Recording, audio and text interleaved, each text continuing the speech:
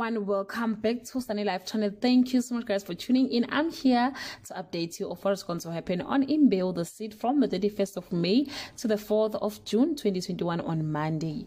Macingwane brings a message on Tuesday.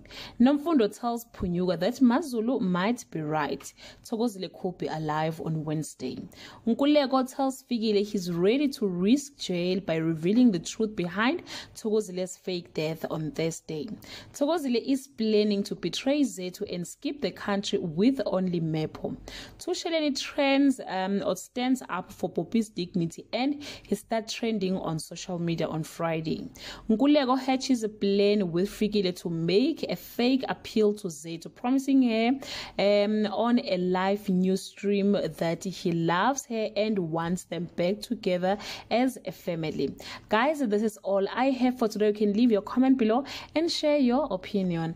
Bye.